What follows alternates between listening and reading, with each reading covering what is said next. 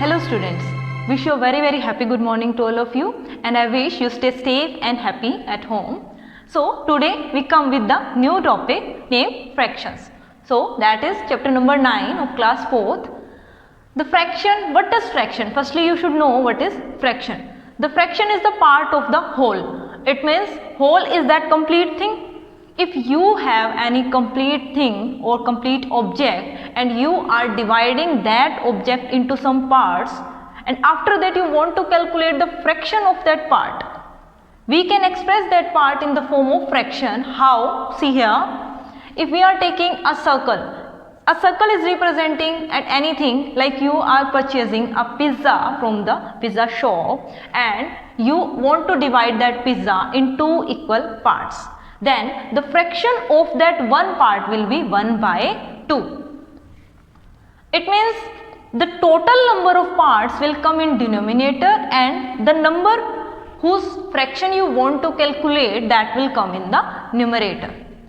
Like you have a sheet and you want to divide that sheet into 4 equal parts. Now you can calculate the fraction of any parts from these parts. Fraction of one part, if you are calculating the fraction of one part, that one part you will write in the numerator and the total number of part you will write in the denominator. And you want to calculate the fraction of 3 parts, then you will write the 3 parts in the numerator and the total number of 4 parts in the denominator. So we can express the fraction in this form. Now a fraction is written by two numerals separated by a line. It means we always write a fraction into two parts, one over other separated by a line, and the upper part, the part that is above the line, will called numerator, and the part that below the line is denominator. So we can write a fraction as numerator upon denominator. So this is the expression of fraction. Now we will start some questions based on the fraction. Now we are turning to the exercise 9.1. Write the fraction of the shaded part. It means we have given some figure here and there is given some shade part of that figure. We need to write the fraction of that shaded part. So here is given a complete circle and there is 1, 2, 3, 4, 5, 6, 7. 7 parts are total of this circle and 1, 2, 3. 3 parts are shaded. So how we will write the fraction of the shaded part? Friends, total number of the parts always come in denominator. So here total number of parts are 7 and the shaded part will come in the numerator. So the fraction will be 3 by 7. Because if we are calculating the fraction of any part, then number of part will be in numerator and the total number of part will be in denominator. So the next part is, there is given a triangle and the triangle is divided further in 3 parts. 1, 2, 3. Now the one part is shaded. We need to write the fraction of this shaded part. So number of shaded part is 1, that will come in the numerator, and the total number of triangles are 3, those will come in denominator. So this is the shaded part fraction. The second question is, write the numerator and denominator of each. It means we have given a fraction here and we need to write its numerator and denominator. We always express numerator by capital N and denominator by capital D. So here this is the fraction.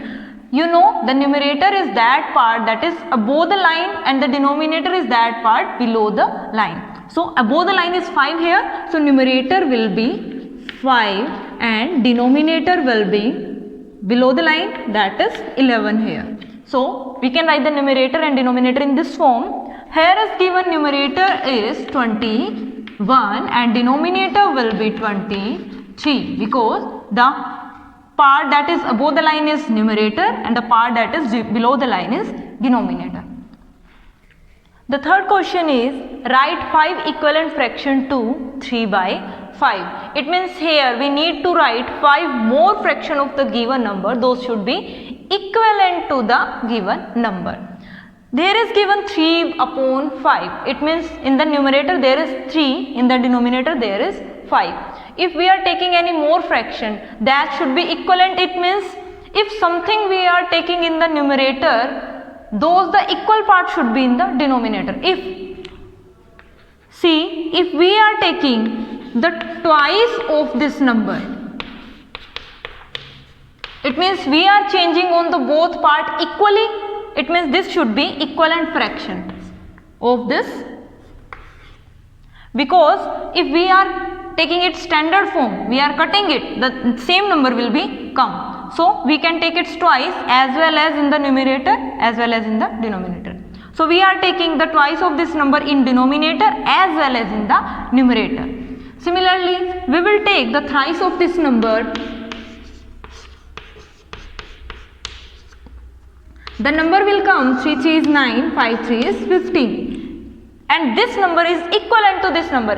How? If we are cutting this number, we cut this number on 3, the same number will appear. It means this is equivalent to it. We will take the fourth multiple of this number. 3 4 is 12 and 5 4 is 20. This is also will be equivalent to this number. How? If we cut this number in the standard form, the same number will appear to the given number. Now we will take its fifth multiple. 3 5 is 15 and 5 5 is 25. So this number will be also equivalent to this number. Now we will take the sixth multiple of this number. 3 6 is 18 and 5 6 is 30. So these are 1, 2, 3, 4, 5. 5 equivalent fraction to the given number. It means you are observing, student, you are observing from here that if we need to calculate any number of equivalent fraction to the given number, we will multiply the numerator and denominator by any number, but the number should be same in both the form. Here there is 2, if you are taking here 2, then here should also be 2. If you are taking here 6, here should be also 6.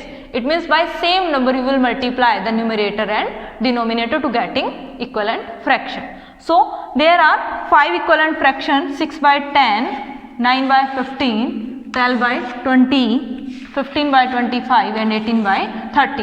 And in the last you will write it separately, that equivalent fraction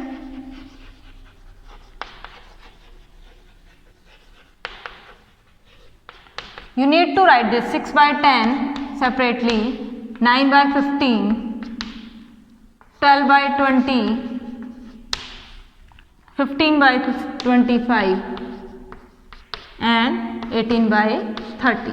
So it means these are 5 equivalent fraction to the given number 3 by 5. Question number 4 is find equivalent fraction to 4 by 5 with numerator 20 and denominator 40. It means we need to make this 4 by 5 equivalent to any fraction whose denominator should be 20 and whose numerator should be 20 and denominator should be 40.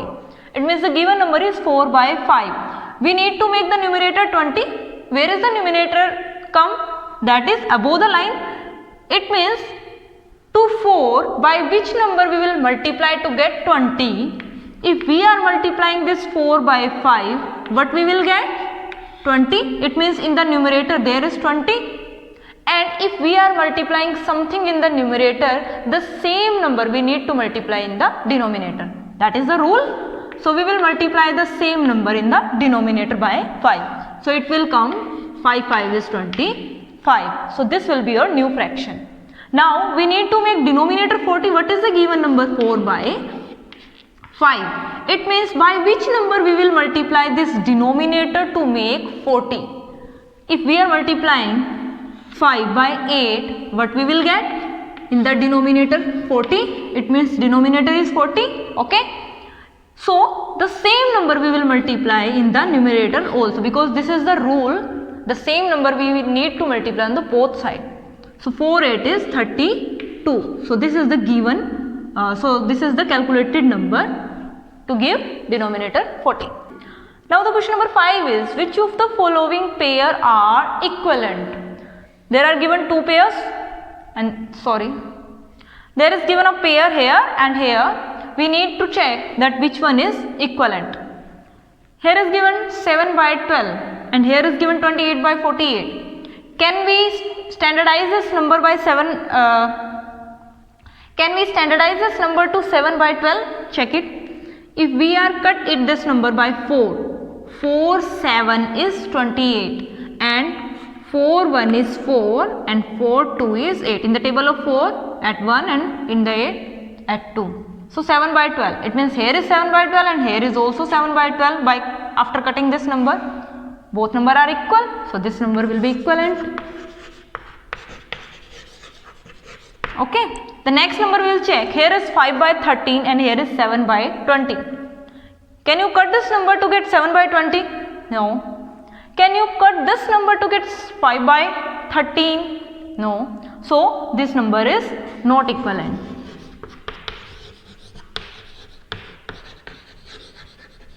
So similarly you can check the rest part, that which is one is equivalent or which one is not equivalent. So this is our exercise 9.1 is done here. Thank you. Have a nice day.